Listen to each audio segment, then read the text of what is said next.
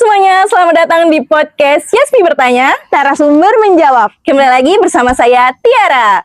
Di episode kali ini kita akan membahas tentang isu lingkungan, pemberdayaan masyarakat dan juga desa daur ulang. Dan saya saat ini sedang bersama dengan Kak Namira selaku Direktur Eksekutif dari Yayasan Saya Proyek Indonesia atau Project Wings Sumatera. Halo Kak Namira. Halo Tiara, apa kabar? Alhamdulillah, kakaknya apa kabar? Kabar baik. Alhamdulillah. Sebelum kita membahas tentang Project Wings nih Kak, mungkin kakaknya boleh memperkenalkan dirinya secara singkat. Oke, halo teman-teman semua. Perkenalkan, nama saya Namira Purba, biasa dipanggil Mira. Saya Eksekutif Direktur dari Project Wings Sumatera atau Yayasan Saya Proyek Indonesia. Saya alumni Fakultas Hukum, Wah. USU, dan saya seorang istri, ibu rumah tangga juga pastinya. Dan ya tetap mencoba untuk memberikan sesuatu dampak lah untuk lingkungan kita. Oke Kak, kemudian Kak boleh diceritakan sedikit awal mula terbentuknya Project Wings Sumatera atau Yayasan Saya Proyek Indonesia Kak? Nah, jadi kalau terbentuknya Project Wings Sumatera atau Yayasan Saya Proyek Indonesia itu pada tahun 2019 itu baru terbentuk namanya Project Wings yang ada di Jerman. Jadi in general, Project Wings itu bekerja sama dengan YASPI atau Yayasan Saya Proyek Indonesia. Maka terbentuklah Yayasan Saya Proyek Indonesia pada tahun 2020. Jadi kita tetap beroperasi dari tahun 2020 hingga sekarang di 2026 seperti itu. Untuk Project Wings sendiri programnya apa saja Kak? Mungkin boleh dijelaskan sedikit? Nah, kalau di Project Wings sendiri kita memiliki beberapa program ataupun divisi kita di sini. Yang pertama pastinya tentang waste management atau manajemen persampahan. Kemudian recycling village ini sebagai produk dari waste managementnya sendiri. Jadi di desa daur ulang ini mungkin orang juga banyak bertanya ya deh, kenapa dibilang sebagai desa daur ulang. Nah, di sini kalau bangunan-bangunan biasanya itu menggunakan batu bata, di sini kita menggunakan ecobrick. Wah, ecobrick itu apa Kak? Nah, ini dia ecobricknya. Ecobrick ini deh kita ambil dari masyarakat, kita beli seharga 5.500 per botol. Jadi kita ada komunitas pembuat ecobrick di sini. Sebelumnya kan kita di sini melihat banyak sekali isu tentang sampah di sektor pariwisata tentunya. Semakin tinggi tingkat kunjungan masyarakat atau semakin tinggi tingkat kunjungan di salah satu objek wisata, tentunya semakin banyak juga sampah yang diproduksi dari itu. Nah, di situ kita melihat masih ada kekurangan dalam pengelolaan sampah di dalamnya. Jadi kita coba mengisi kekurangan tersebut, kita memberikan sosialisasi kepada masyarakat. Tidak hanya kepada pengunjung in general saja, tetapi juga kepada ibu-ibu rumah tangga. Wah, sangat menarik.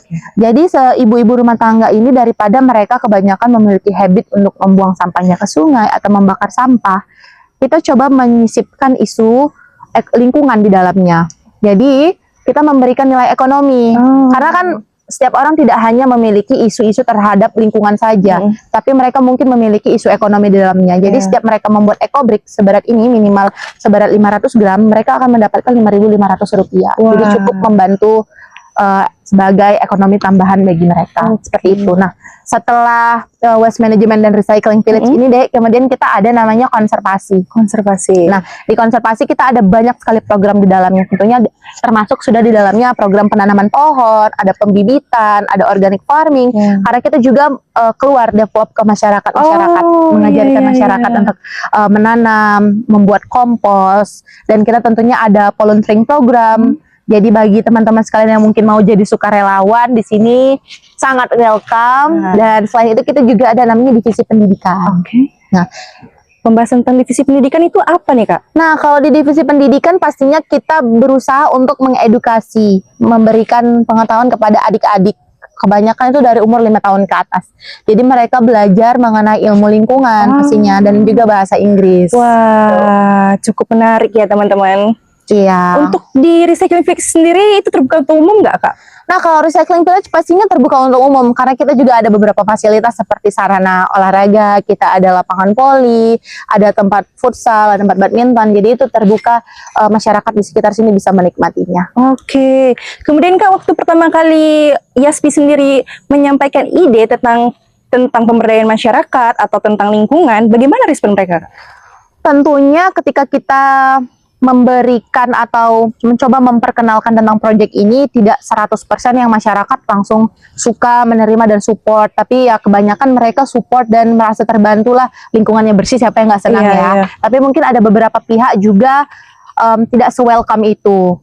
Tapi kita memiliki motivasi bahwa mungkin penolakan hari ini akan menjadi suatu penerimaan di hari yang berikutnya. Jadi kita tidak menyerah di situ, karena kami juga merasa sekeras-kerasnya batu jika kita tetesin air pasti dia akan memiliki bentuk.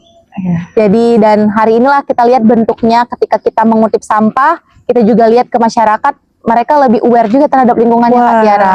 Ada beberapa community yang mau join ketika kita melakukan aksi-aksi, dan mereka juga mau terlibat di beberapa kegiatan-kegiatan yang kita selenggarakan. Oke, kemudian Kak, dari berbagai program yang telah terselenggara, kira-kira apa dampak yang diterima oleh masyarakat? Nah, pastinya kalau dampak yang kita lihat diterima dari masyarakat, tentunya banyak yang diterima dari masyarakat dengan adanya Project Wings Sumatera ini.